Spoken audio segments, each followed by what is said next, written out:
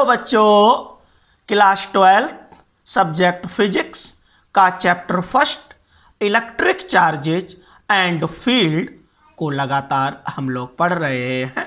कल हम लोगों ने गॉस के एप्लीकेशन डिस्कस किए थे। गॉस के एप्लीकेशन टोटल में 3 हैं, जिनमें से 2 एप्लीकेशन हम लोग पढ़ चुके हैं।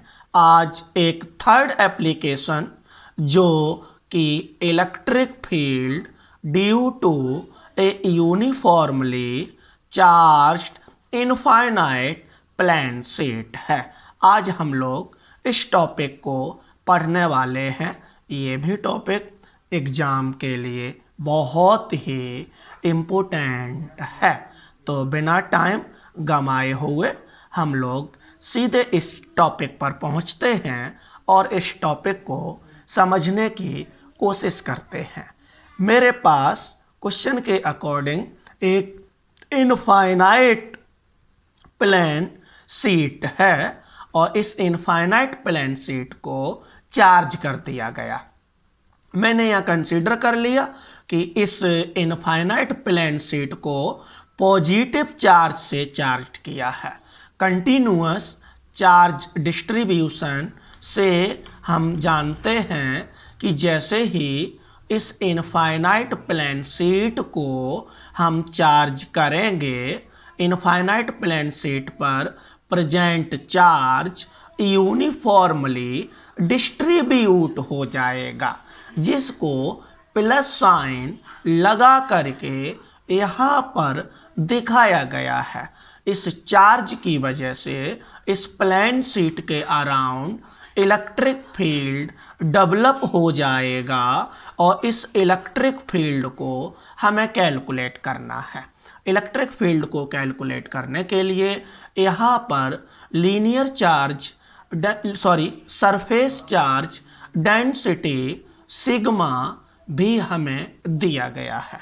Surface charge density means charge per unit area होता है, जिसको हम इस चैप्टर में पीछे पढ़ चुके हैं। इस शीट की वजह से कितना इलेक्ट्रिक फील्ड होगा, उस इलेक्ट्रिक फील्ड को कैलकुलेट करने के लिए हम यहाँ पर गॉस थ्योरम का यूज करने वाले हैं।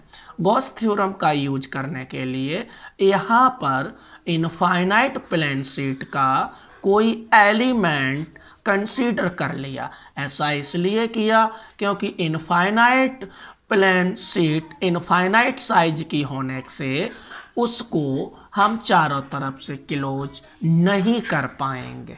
क्लोज हमें क्यों करना पड़ा? क्योंकि गॉस थ्योरम तभी अप्लाई कर सकते हैं जब चार्ज्ड बॉडी को चारों तरफ से क्लोज्ड कर दिया जाए। इसकी वजह से इस शीट का एक एलिमेंट कंसीडर कर लिया जिसका एरिया ए है। ऐसा एलिमेंट जिसका एरिया ए है, तो इस एरिया ए पर कितना चार्ज प्रेजेंट होगा तो उसको मैंने यहाँ पर कैलकुलेट कर लिया। किसके टर्म्स में? सरफेस चार्ज डेंसिटी के टर्म्स में। सरफेस चार्ज डेंसिटी का मीन्स यूनिट एरिया पर प्रेजेंट चार्ज होता है, तो हमारे एलिमेंट जिसका एरिया ए है उस पर टोटल में चार्ज सिग्मा ए के इक्वल हो जाएगा। इस एलिमेंट से आर डिस्टेंस दूर, स्मॉल आर डिस्टेंस दूर एक पॉइंट पी कंसीडर कर लिया, जहां पर हमें इलेक्ट्रिक फील्ड को कैलकुलेट करना है। इलेक्ट्रिक फील्ड पॉइंट पी पर आउटवर्ड होगा, क्योंकि आपका पॉजिटिव चार्ज की वजह से इलेक्ट्रिक फील्ड की डायरेक्शन आउटवर्ड होती है। इसी तरीके से एक जस्ट अपोजिट साइड में दूसरा पॉइंट पी डैश कंसीडर कर लिया। ये पॉइंट भी आर डिस्टेंस दूर ही है। इस पॉइंट पी डैश पर भी इलेक्ट्रिक फील्ड की डायरेक्शन आउटवर्ड होगी।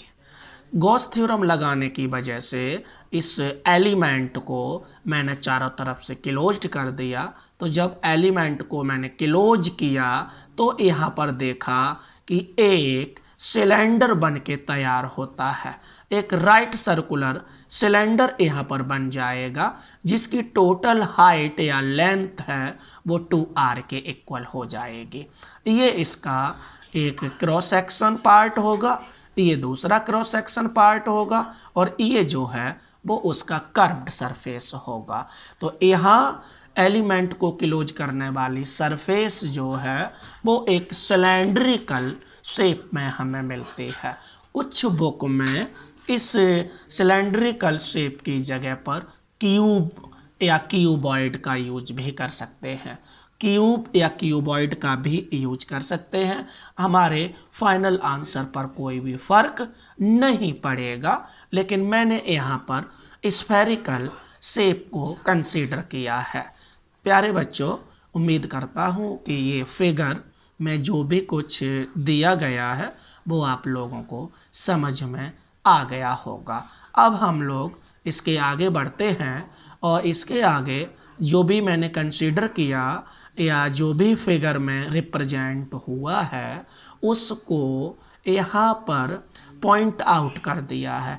आप इसको नोट्स बनाते समय नोट कर लेंगे और नोट करने के बाद में धीरे धीरे हम लोग आगे बढ़ते हैं।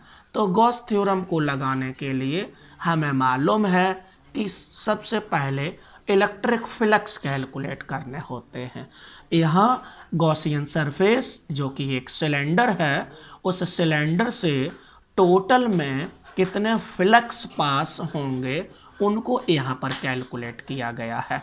तो हम आपको बता दें कि इस सरफेस में 3 फेस या 3 प्लेन होने की वजह से एक ये वाला प्लेन, दूसरा ये वाला प्लेन है, एक कर्व्ड सरफेस, 3 प्लेन होने की वजह से तीनों से फ्लक्स पास होंगे और तीनों का जो सम होगा वो टोटल फ्लक्स को रिप्रेजेंट करेगा। फ्लक्स कैलकुलेट करने के लिए EDS cos थीटा का यूज करते हैं। तो थीटा जो है वो इलेक्ट्रिक फील्ड और एरिया वेक्टर के बीच का एंगल होता है। तो यहाँ इस क्रॉस सेक्शन के केस में जब हम एरिया वेक्टर और फील्ड के बीच का एंगल निकालेंगे तो 0 डिग्री मिलेगा। इसी तरीके से इस केस में निकालेंगे तो भी आपका 0 डिग्री मिलेगा, जबकि कर्व्ड के केस में 90 डिग्री हो जाएगा। हम सभी जानते हैं cos 90 की वैल्यू 0 होती है, मीन्स कर्व्ड सरफेस से मैथमेटिकली कोई भी फ्लक्स पास नहीं होंगे। फ्लक्स केवल क्रॉस सेक्शनल एरिया दोनों से पास होंगे। इस क्रॉस सेक्शनल एरिया से कितने फ्लक्स पास होंगे उनको कैलकुलेट हमने यहाँ पर किया हुआ है। एक क्रॉस सेक्शन एरिया से E इंटू ए फ्लक्स पास होंगे। EDS cos थीटा होता है, cos थीटा थीटा 0 है, cos 0 की 1 हो गई, E इंटू DS, DS का मतलब उस क्रॉस सेक्शन का टोटल एरिया और क्रॉस सेक्शन के टोटल एरिया को मैंने A से रिप्रेजेंट किया गया है। तो एक क्रॉस सेक्शन एरिया से कितने फ्लक्स पास होंगे, तो एक क्रॉस सेक्शन एरिया से E इंटू ए फ्लक्स पास होंगे। इसी तरीके से दूसरे क्रॉस सेक्शनल एरिया से EA फ्लक्स पास होंगे। दोनों का सम कर दिया तो टोटल फ्लक्स 2EA के इक्वल हो जाते हैं। तो जो हमारी गॉसियन सरफेस यहाँ पर ड्रॉ की गई है उस गॉसियन सरफेस से टोटल इलेक्ट्रिक फ्लक्स जो हैं वो 2EA के इक्वल होते हैं। आगे बढ़ते हैं बेटा, और अब हम लोग यहाँ पर गॉस थ्योरम का यूज करेंगे। तो गॉस थ्योरम के लिए मैंने यहाँ लिख दिया according to Gauss theorem. Gauss theorem means हम लोग पहले से जानते हैं कि total flux equals to Q upon epsilon not होता है। Q जो है वो गॉसियन सरफेस के इनसाइड प्रेजेंट चार्ज है। गॉसियन सरफेस के इनसाइड प्रेजेंट चार्ज यहाँ पर हम ऑलरेडी कैलकुलेट कर चुके हैं जो कि सिग्मा A के इक्वल होता है। तो हम यहाँ पर सिग्मा A Q की जगह पर लिख देंगे और फ्लक्स फाई की वैल्यू जो 2EA है वो लेफ्ट साइड में मैंने लिख दी है। दोनों वैल्यू को लिखने के बाद में मैंने यहाँ पर सॉल्व कर दिया और सॉल्व करने के बाद में इलेक्ट्रिक फील्ड की वैल्यू जो है वो E equals to sigma upon 2 epsilon not आया है। एप्सिलॉन नॉट आप सभी जानते हैं कि एप्सिलॉन नॉट को हम लोग परमिटिविटी ऑफ फ्री स्पेस बोलते हैं, जो कि इसी में हम लोग पढ़ चुके हैं। तो इस तरीके से इनफाइनाइट प्लेन शीट की वजह से जो इलेक्ट्रिक फील्ड होता है वो सिग्मा अपॉन 2 एप्सिलॉन नॉट होता है। सभी बच्चे इसको लर्न भी रखेंगे। सिग्मा हम पहले भी आपको बता चुके हैं कि सरफेस चार्ज डेंसिटी को रिप्रेजेंट करता है।